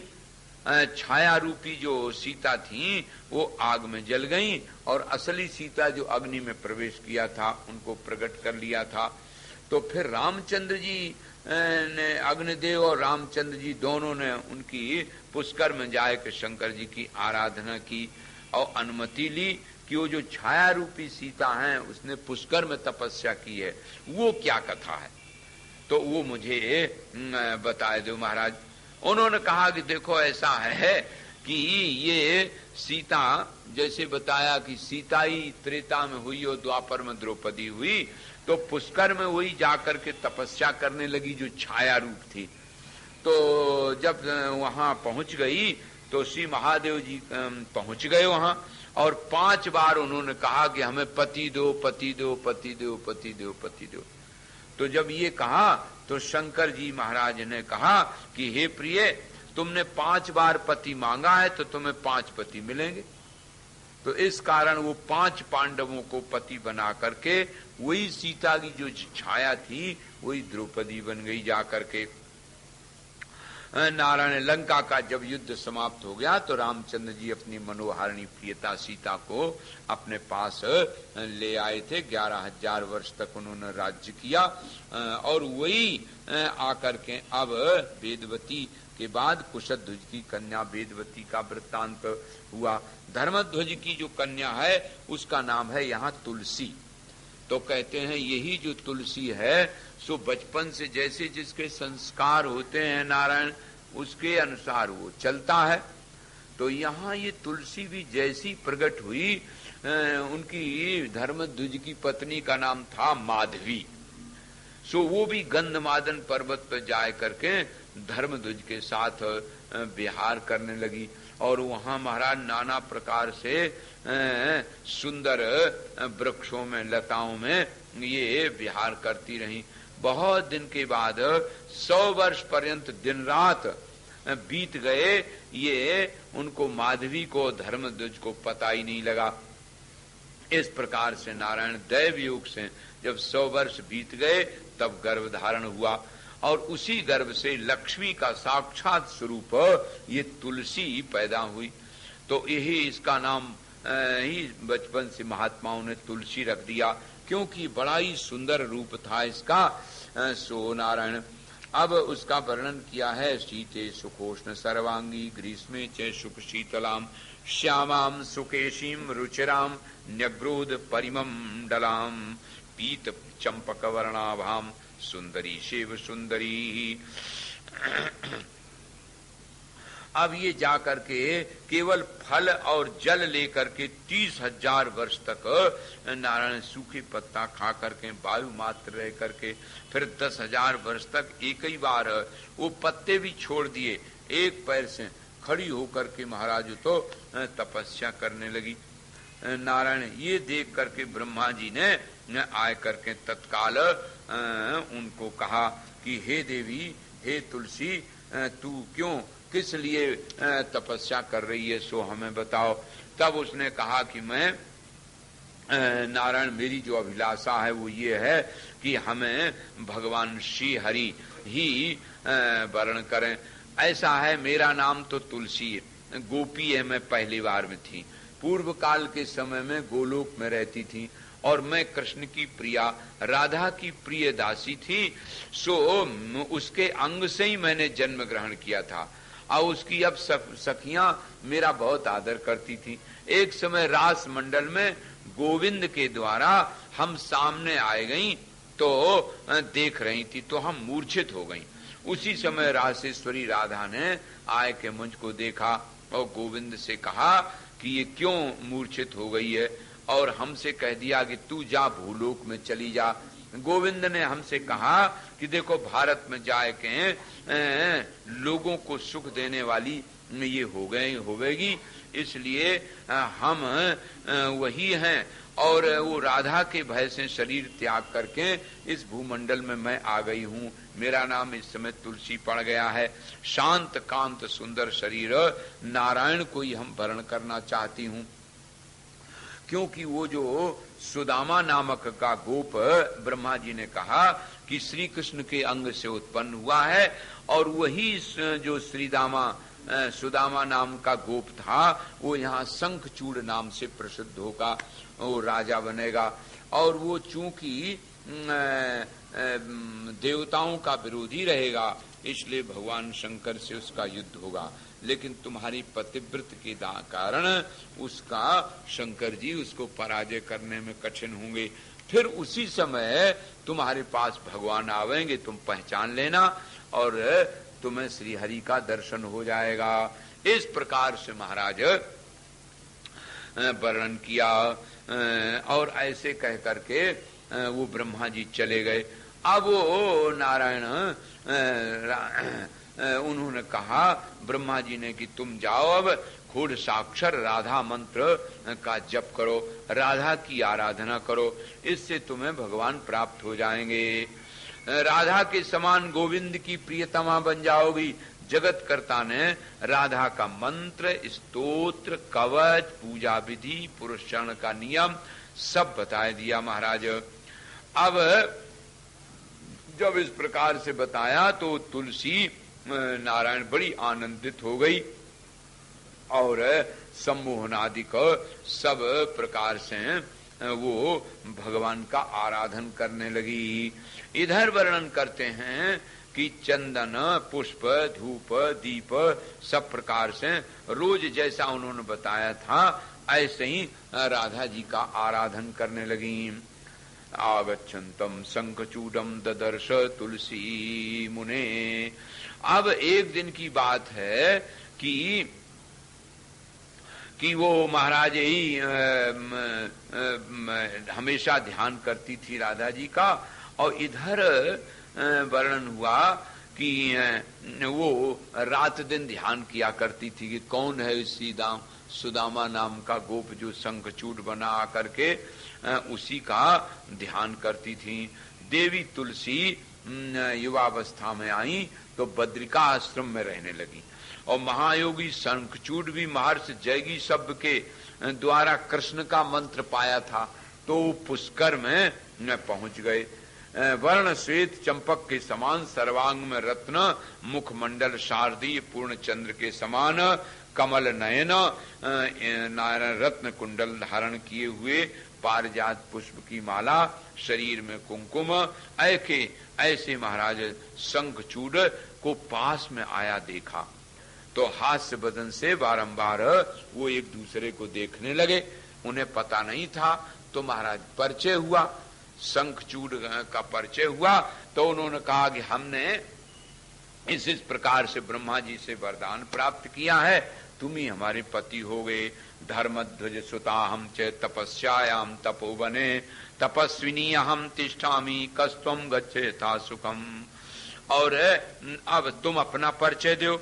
तो शंखचूड ने महाराज अपना पूरा परिचय दे दिया, और वहीं नारायण इनका गंधर्व विवाह हो गया। अब यहाँ वर्णन करते हैं कि चूंकि शंखचूड इतना प्रतापी था कि उन्होंने संपूर्ण देवताओं की संपत्ति का हरण कर लिया, तो भगवान शंकर ने अपना एक दूत भेजा, क्योंकि वो भक्त था, कि देखो शंखचूड से कहना कि देवताओं की जो संपत्ति है सो देवताओं को दे देवे, क्योंकि असल में दूसरे का स्वत्व ग्रहण नहीं करना चाहिए। संसार में, समाज में भी जैसे दोष रहते हैं ऐसे गुण भी रहते हैं। जैसे काम क्रोध लोभ रहते हैं, ऐसे सत्य क्षमा करुणा भी रहती है। दोनों की आवश्यकता होती है, दोनों के आधार पर चलना चाहिए। सो भगवान शंकर ने अपना दूत भेजा और कहा जाकर के शंखचूड से कि देखो भाई, भगवान शंकर के भेजने से हम आए हैं, तुमको ऐसा नहीं चाहिए, देवताओं की संपत्ति देवताओं को लौटा दो। लेकिन जब उसने महाराज मना कर दिया तो शंकर बाबा तो भोले ही बाबा ठहरे। बोलो शंकर भगवान की। अवधर दानी द्रवत पुनि थोरे, अवधर सकत न देख दीन कर जोरे, सकत न भगवान शंकर की चौखट में एक बार कोई नमस्कार करे आवे ना तो भोले बाबा प्रसन्न हो जाते। एक बार एक चोर शंकर जी के ज्योतिर्लिंग पे खड़ा होकर के घंटा छोड़ रहा था। वो बड़ा कीमती घंटा था। भगवान प्रकट हो गए, बोले वरदान मांग लो। पुजारी ने कहा महाराज जिंदगी भर हमें पूजा करते करते बीत गई, आपने कभी दर्शन नहीं दिए, ये तो चोर है आपका घंटा छोड़ने के लिए आया। बोले देखो भाई, तुम तो जल चढ़ाते थे, बेलपत्र चढ़ा देते थे, इसने तो सारी देह ही चढ़ा दी। हाँ, इसलिए भाई इस पर हम प्रसन्न न होए तो और किस पर प्रसन्न होए। तो भोले बाबा दौड़र दानी, उन्होंने ये नहीं सोचा, देवताओं ने प्रार्थना की तो पहुंच गए लड़ाई के लिए। अब जब पहुंच गए तो शंखचूड़ महाराज तो बड़ा प्रतापी था, इधर तो उसकी पतिव्रता देवी और इधर कृष्ण मंत्र का उसने जप किया था, सो वो तो सिद्ध था एक तरह का। नारायण तो इस प्रकार से जब वो नहीं परास्त हो सका तो भगवान से प्रार्थना की तो भगवान हंस पड़े और बोले ठीक अब वो समय आ गया है जिसलिए अब हम जा रहे हैं। तो ये तुरंत महाराज शंखचूड़ का वेश बदल करके और रात्रि में तुलसी के पास पहुंच गए। तुलसी ने समझा कि हमारे पतिदेव हैं, इसलिए उन्होंने किसी प्रकार से उनके आलिंगन में निषेध नहीं किया। लेकिन उन्होंने देखो ये पतिव्रता का वो समझ गई। उन्होंने कहा सुरते वीरते तौचे समुत्थाय परस्परम सुशेष चक्रतुस्तत्र यनियन मनसिवांचितम। उन्होंने कहा कि ऐसा लग रहा है कि तुम छल करके कोई दूसरे हो, हमारे पति देव नहीं हो। तो भगवान प्रकट हो गए, हंस के बोले देवी तुम इसीलिए यहाँ तुलसी बनी आओ के तुम हमारी प्रिया हो नारायण, और हमेशा हमारा तुम्हारा दिव्य मिलन रहा है। सो नारायण उन्होंने कहा कि खैर ये बात तो सही है, लेकिन तुमने हमारा छिप करके संग किया है, इसलिए तुम बड़े कठोर हृदय के हो तो पत्थर ही हो जाओगे। तो वो जो शालिग्राम जी महाराज गंडकी में मिलते हैं वो आज भी उनकी पूजा होती है, लेकिन बिना तुलसी के शालिग्राम की पूजा नहीं होती है। तो ये जो कभी कभी इस प्रकार के वर्णन आते हैं ना, ये वर्णन भी बड़े अच्छे होते हैं।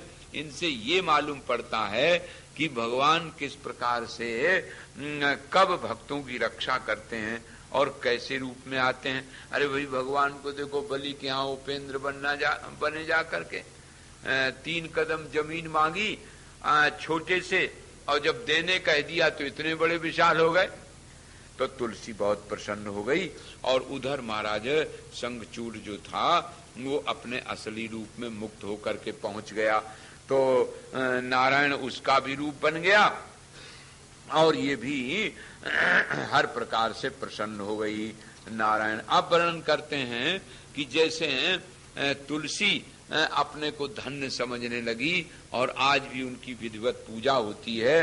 तुलसी का स्तोत्र वर्णन किया गया है। तुलसी के शाम के रोज उनके पास दीपक रखना चाहिए और उनकी आराधना करना चाहिए। तुलसी का मंत्र भी दिया हुआ है महाराज, नमो तुलसी देव्यै नमो नमः। इनका हर रोग में इनका वर्णन आता है नारायण। ब्रह्मणस्य तिरुभावो लय प्राकृत के सदा आविर्भावा पुनस्तस्य प्रभावादीश्वरेच्छया ज्ञान वृद्धिश्च तपसा स्मृति लोपश्च निश्चितम करोति सृष्टिम ज्ञानेन सृष्टा सोपि क्रमेण च।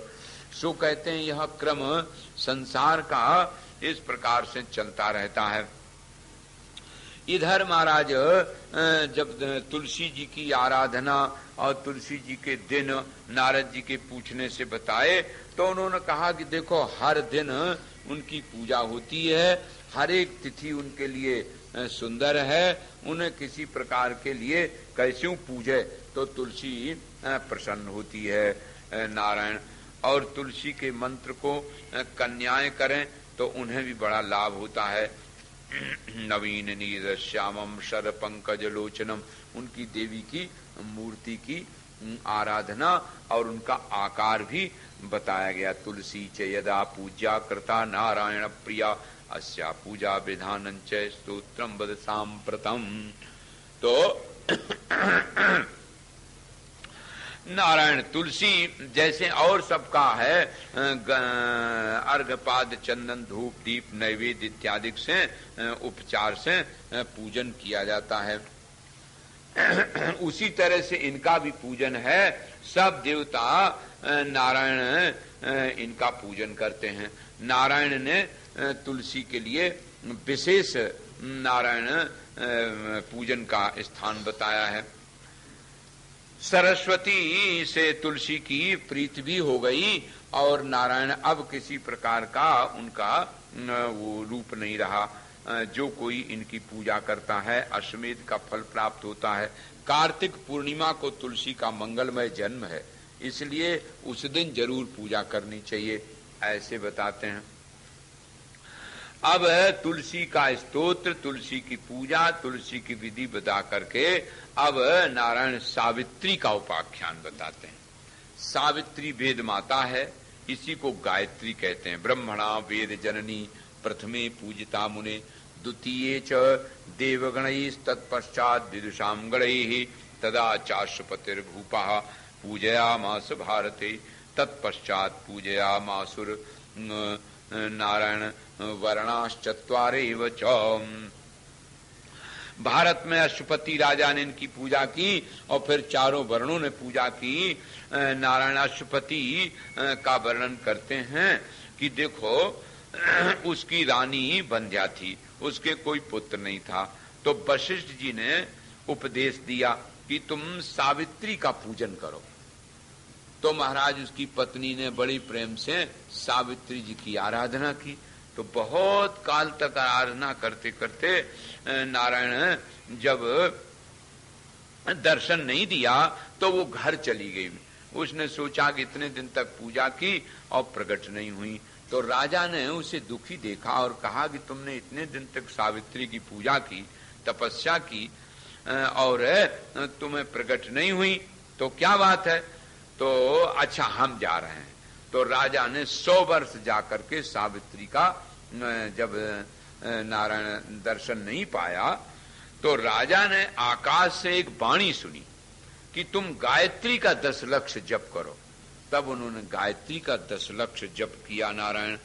तो पराशर जी महाराज प्रकट हो गए और पराशर जी ने कहा कि देखो गायत्री का जप नारायण एक दिन भी जप कोई करता है तो संपूर्ण पापों को हर लेता है।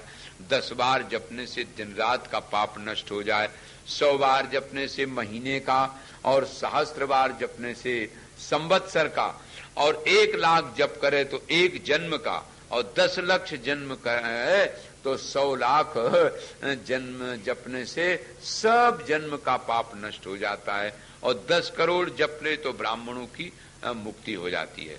ऐसा जप का विधान है। सर्प के फण के समान हाथ बनाए के तीर्थ में जाए, देवालय में जप करे, माला को स्थापन करके पीपल के पत्ते, कमल में के पत्ते अथवा गोरोचन, इनमें गायत्री को स्नान करावे, गायत्री का जप करे, और पंचगव्य संस्कार की हुई माला को संस्कार करके और तब जप करे। सो इस प्रकार से गंगा जी के किनारे अगर करे तो और लाभ होता है। और जो जीवन पर्यंत तीनों काल में संध्या करता है वो ब्राह्मण तो सूर्य के समान तेजस्वी हो जाता है। सो इस प्रकार से जो मूल प्रकृति या भक्त हैं और उसके मंत्र की अर्चा नहीं करते हैं, उत्सव विहीन हैं, वे तो विषहीन सर्प के समान ब्राह्मण हैं। इसलिए ब्राह्मणों को चाहिए कि संध्या वंदन करके और रोज गायत्री का जप करें, और नहीं तो वो शूद्र के समान ब्राह्मण माना जाता है। ऐसा प्रभाव गायत्री का है। सो राजा को इस प्रकार से बता दिया और आश्रम की ओर चले गए। राजा ने सावित्री को नारायण पूजा, और फिर नारद जी कहे कि सावित्री का ध्यान पूजा विधि पराशर जी जिन्होंने बताया सो आपने तो हमें बताई नहीं। तब उन्होंने बताया कि देखो ये 14 वर्ष का व्रत 14 फल से संयुक्त है। भगवती को 14 नैवेद्य देने से, पुष्प इत्यादि धूप दीप से उनकी आरती करे, नारायण तपाए स्वर्ण के समान कांतिमान ब्रह्म तेज से प्रकाशित ग्रीष्म ऋतु के 1000 मध्याह्न सूर्य के समान उनका रूप है। तप्त कांचन वर्णाभाम ज्वलंतीम ब्रह्म तेजसा ग्रीष्म मध्याह्न मार्तंड सहस्त्र संहित प्रभाम। ऐसी भगवती का ध्यान करे, फिर अर्घपाद चंदन धूप दीप नैवेद्य उनका अर्पण करे, और फिर नारायण खोड़ सस्तु दें चंदन सुवर्ण आदि को जैसी जिसकी सामर्थ्य हो उसके अनुसार सामग्री से पूजा करे गायत्री जी की नारायण, और फिर उनकी स्तुति करे। हे देवी सर्व मंगल रूपम च सर्वं च सर्व मंगल प्रदम पुण्यदम च सुधूपम तम गृहाण परमेश्वरी। हे परमेश्वरी आप इसको स्वीकार करो। इस प्रकार से कृष्णेन दत्ताम सावित्रीम गोलोके ब्रह्मणे पुरा नायाति सतेन सार्धम ब्रह्मलोके च नारद। कहा इस प्रकार से ब्रह्मा जी के बताए हुए अथवा पराशर के बताए हुए इस मंत्र के अनुसार पूजा की विधि उनका स्तोत्र जो कोई करता है वो तुरंत प्रसन्न हो जाती हैं। सो महाराज प्रसन्न हो गई और प्रसन्न होकर के नित्य नित्य प्रिय देवी नित्यानंद स्वरूपिणी उन्हीं ने कहा कि तुम प्रसन्न जाओ, अब तुम चिंता न करो, हम तुम्हारे मनोवांछित को जान गई। वांछितम तो पत्न्याश्च सर्वम दास्यामि निश्चितम, हम तुम्हारी कन्या बनेंगे आकर के। तो राजा तो अपने घर चले गए। इत्युक्ता सा तदा देवी ब्रह्मलोकम जगामहा राजा जगाम सुग्रहम तत्कन्या दौ बभूवहा। तो भगवान की कृपा से वही सावित्री देवी उनके कन्या बनी आके। तो चूंकि नारायण वो जो कन्या बनी सावित्री, तो उनका नाम सावित्री हो गया। अब वर्णन ये करते हैं कि सावित्री ने प्रारंभ से ही ये निश्चय किया कि हम सत्यवान से विवाह करेंगे, और सत्यवान को ये था कि वो उनकी आयु बहुत कम थी। तो होनहार की बात जैसे ही उनके साथ उनका विवाह हुआ तो पिता की आज्ञा से नारायण वो लकड़ी के काटने के लिए वन में गए, और वहां सावित्री भी साथ में गई सत्यवान के साथ। तो जैसे ही वृक्ष वो काटने लगे तैसे उसके नीचे गिर पड़े, सत्यवान के शरीर से प्राण चल गए। यमराज उसे पुरुष के अंगुष्ठ मात्र लेकर के और अपने साथ चल दिए। अब जब उसको लेके चल दिए उसके सूक्ष्म शरीर को प्राण को, तो सत्यवान के पीछे पीछे महारानी चल दिए। तो सावित्री तो जब जा रहे थे तो यमराज ने धर्मशीला उसको देवी को देखा और कहा कि हे देवी सावित्री, मानुषी शरीर से तुम कहाँ जा रही हो? तुम्हें नहीं जाना चाहिए, क्योंकि ये 5 भौतिक शरीर हमारे यहाँ नहीं जा पाता है। ये शरीर तो नश्वर है, ये यहीं रह जाता है। तुम्हारे स्वामी की तो आयु पूरी हो गई, इसलिए हम इनको लिए जा रहे हैं। तुम इसमें आग्रह मत करो, वो तो हमारे लोक को जाएगा। कर्म से ही प्राणी सब प्रकट होते हैं, कर्म से ही लय होते हैं। सो कर्म फल भोगार्थम सत्यवान याति मद ग्रहम कर्मणा जायते जंतु कर्मणैव विलीयते सुखम दुखम भयम शोकम कर्मणैव प्रणीयते।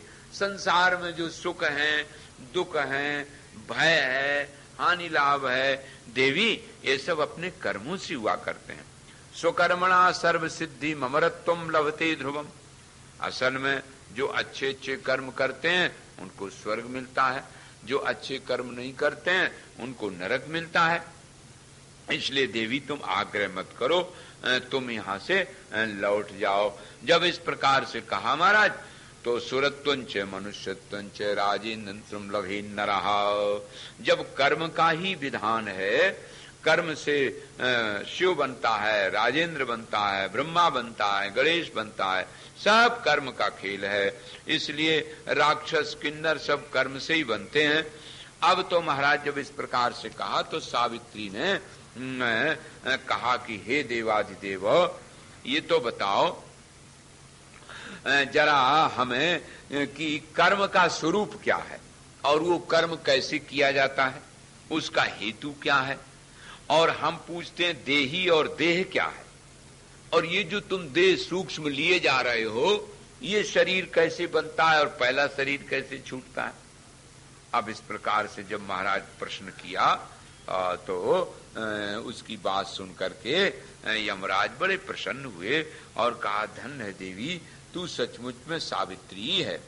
तूने जरूर धर्म पूर्वक अनुष्ठान किया है, जिसके प्रभाव से तुम हमारी स्वरूप को देख सकती हो, और नारायण तुमने हमसे बोली बात भी की है।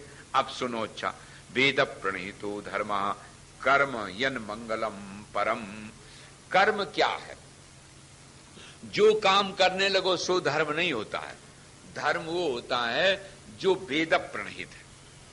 वेद में जिस प्रकार से जिस धर्म कर्म का विधान बताया गया, उस प्रकार से तो वो कर्म करे, और ईश्वर के निमित्त किया जाता है, वही धर्म होता है देवी। इसलिए जो तुमने पूछा वो मैंने बताया। ये धर्म का कर्म का धर्म से तभी संबंध होता है जब वो वेद प्रणीत हो। अवैदिकम तु यत् कर्म तदेव अशुभमेव च। और वही कर्म अविधि पूर्वक जब होता है, वेद से भीत नहीं होता है, तो वो नारायण वेद भीत न होने के कारण वो अमंगल कारक होता है। और ब्रह्म भक्तो यो नरश्च सच मुक्ता श्रुतेयुच। और तुमने जो कहा कि कर्म का फल बंधन कारक, तो जो कर्म को का कर्ता नहीं बनता है, ईश्वर को समर्पण कर देता है, और कर्ता न बनने के कारण कर्म का आगे का फल रहता नहीं है, तो जब उसको ये ज्ञान हो जाता है कि हम ही आत्मा ब्रह्म हैं, तो आगे का क्रियमाण बनता नहीं है, संचित भस्म हो जाता है, और प्रारब्ध जब तक शरीर रहता है तब तक चलता रहता है। इसलिए देवी प्रारब्ध के अनुसार ही शरीर मिलता है, और वो शरीर जन्म मृत्यु जरा व्याधि शोक भीत विवर्जिता भक्तिश्च दुविधा साध्वी श्रुति युक्ता सम्मता। जन्म मृत्यु जरा व्याधि वाला शरीर नारायण प्रारब्ध से बनता है, उससे व्यतिरिक्त आत्मा है। वो आत्मा का ज्ञान जब जीव कर लेता है तो वो मुक्त हो जाता है, और उस ज्ञान करने के लिए भक्ति चाहिए भगवान की। और भक्ति भी दो प्रकार की है, एक श्रुति युक्त जिसको शास्त्र ने जैसे वर्णन किया है उसके अनुसार वो करता है नारायण। तो ये दोनों प्रकार हैं। जो भगवान के प्यारे प्यारे भक्त हैं उनके साथ मैत्री करना तो भगवान का प्रेम आ जाता है। और कर्मणो बीज रूपस्य सततम तद फल प्रदा। और कर्म चूंकि बीज रूप होते हैं और ब्रह्म ज्ञानी के बीज भस्म हो जाते हैं, इसलिए उनको तो जन्म नहीं लेना पड़ता। और जिनको ब्रह्म का ज्ञान नहीं हुआ, अर्थात अपने को आत्मा रूप से नहीं पहचाना है, उनको तो जन्म नहीं लेना पड़ता है, मरना पड़ता है देवी। उसमें आग्रह की बात नहीं है। ये पृथ्वी वायु आकाश जल तेज यह ब्रह्मा की सृष्टि है, इसमें सूत्र रूप से सब जीव रहता है। और जो पृथ्वी जल तेज वायु आकाश वाला शरीर यहीं रह जाता है, और यातना देह अंगुष्ठ मात्र का हमारे साथ जाता है। इसका निर्णय होता है कि कौन काम इसने उत्तम किया, कौन अनुत्तम किया है। और वो जो संसार में प्राणी आता है वो भगवान की माया के अनुसार चलता रहता है। सदा सद्भेद बीजं ज्ञान नाना विदम भवेत विषयाणाम विभागानाम भेद बीजम च कीर्तितम। और देखो देवी, ये जो हमारी कर्मेंद्रियां ज्ञानेन्द्रियां अंतःकरण हैं, इन्हीं के द्वारा व्यक्ति कार्य करता है। और 5 प्राण होते हैं, तो ये 5 प्राण देवधारियों के बल रूप हैं। मन संकल्प विकल्प करने वाला है, बुद्धि निर्णय करने वाली है, और सब इंद्रियों के को प्रेरणा देने वाला ये जो मन है। और मन ही बंधन और मोक्ष का कारण इसलिए बनता है कि मन में वासना भरी हुई होती है, और उन वासना के अनुसार व्यक्ति आचरण करता रहता है। तो इसने क्या आचरण किया है, कैसा किया है, ये सब विधान हमारी बही में रहता है। यहाँ से ले जाकर के उस बही में देखेंगे और उसके अनुसार इसको फल मिलेगा देवी। तो यही नियम है। इस शरीर से कोई नहीं जाता है, इसलिए तुम यहाँ से लौट जाओ। अनिरूपमदृश्यन्त च ज्ञान भेदो मनस्मृतम लोचनम श्रवणम ग्राणम त्वक्च रसनेन्द्रियम। और ये जो स्थूल शरीर वाला जो शरीर है जिसमें ज्ञानेन्द्रियां हैं, कर्मेंद्रियां हैं, मन बुद्धि चित्त अहंकार है, ये सब जिस चेतन के इसके सहारे से आश्रय से चलते रहते हैं वही आत्मा असली स्वरूप जीव का होता है। जीव का अर्थ होता है कि जब वह असली जो आत्मा चेतन है कूटस्थ, उस सामान्य चेतन का प्रतिबिंबन जिसमें होता है वो है अंतःकरण बुद्धि। तो बुद्धि और सामान्य चेतन और विशेष प्रतिबिंब ये मिलकर के जीव होता है। और सामान्य चेतन आत्मा है, उसी का नाम कूटस्थ है। और संपूर्ण प्रपंच का जो अधिष्ठान है वो ब्रह्म है। तो ज्ञानी महात्माओं के चरणों की आराधना करने से देह से, इंद्रियों से, मन और बुद्धि से, पांचों कोशों से, तीनों अवस्थाओं से वितरिक्त आत्मा स्वरूप हमारा है और यही संपूर्ण प्रपंच का अधिष्ठान है। यह जब एकता का विज्ञान हो जाता है तो फिर वो प्रारब्ध के अनुसार शरीर कभी रह जाए वो मुक्त हो जाता है। ज्ञानी नाम ज्ञान रूपंच गच्छ वत्से यथा सुखम, यही ज्ञानियों का ज्ञान रूप है। इसको तुमने पूछा तो हमने बता दिया। नारायण अब तुम लौट जाओ। अब मरगार इस प्रकार से जमराज की बात सुनी। देखो हमारे भारतवर्ष की क्या महिमा। अर्थात तो हमारे यहाँ ये सामर्थ्य बताई गई। आपने नचकेता का आख्यान सुना था। नचकेता महाराज जमराज के यहाँ 3 दिन तक बैठा रहा और फिर अंत में उनको ब्रह्म ज्ञान देना पड़ा। इसका अर्थ क्या है? असल में जब तक ये शरीर रहता है ना तब तक शरीर पे बुद्धि रहती है। तो देह बुद्धि रहने से ब्रह्म ज्ञान नहीं आता है। देह से अतिरिक्त जब देहातिरिक्त हो जाते हैं तब वो ब्रह्म ज्ञान की उपलब्धि होती है। ऐसे यहाँ बताया गया कि सावित्री साक्षात ब्रह्म विद्या गायत्री विद्या है। वो ब्रह्म विद्या ही के द्वारा ज्ञान प्राप्त होता है और इसीलिए मृत्यु से बातचीत हो रही है धर्मराज से। अर्थात तो जिसकी जिसकी मृत्यु होती है, देह की, इंद्रियों की, बुद्धि की, ये सब मृत्यु के घाट उतर जाने पर ही ब्रह्म ज्ञान होता है। जब तक आपको देह में आसक्ति, इंद्रियों में आसक्ति, अपने मन में आसक्ति बनी रहेगी ना नारायण, तब तक ये बात नहीं होती। इसलिए सावित्री ने जो प्रश्न किया है ब्रह्म विद्या का प्रश्न है।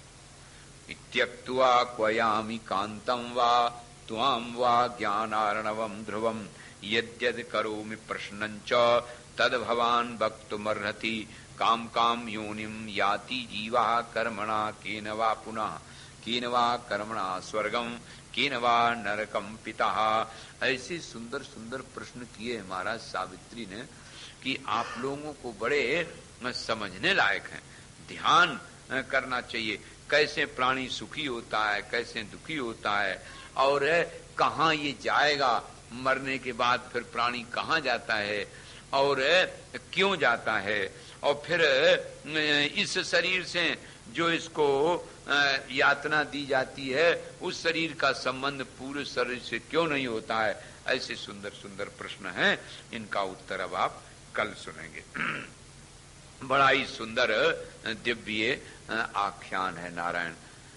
बोलो प्रेम से दुर्गा मैया की जय। अब आरती करेंगे। श्री कृष्ण गोविंद हरि मुरारी, श्री कृष्ण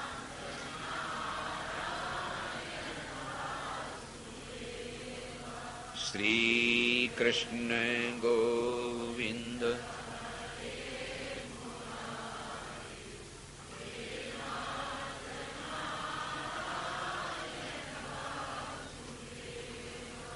श्री कृष्ण गोविंद हरि मुरारी। हे नाथ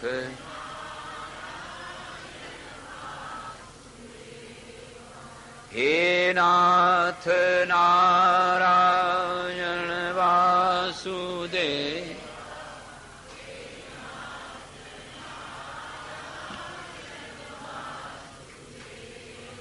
हे नाथ नारायण वासुदेव, हे नाथ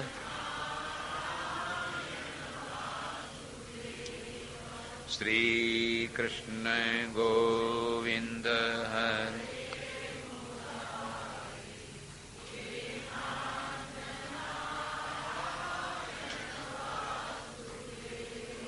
हे नाथ नारायण वासुदेव, हे नाथ नारायण। बोलो दुर्गा मैया की।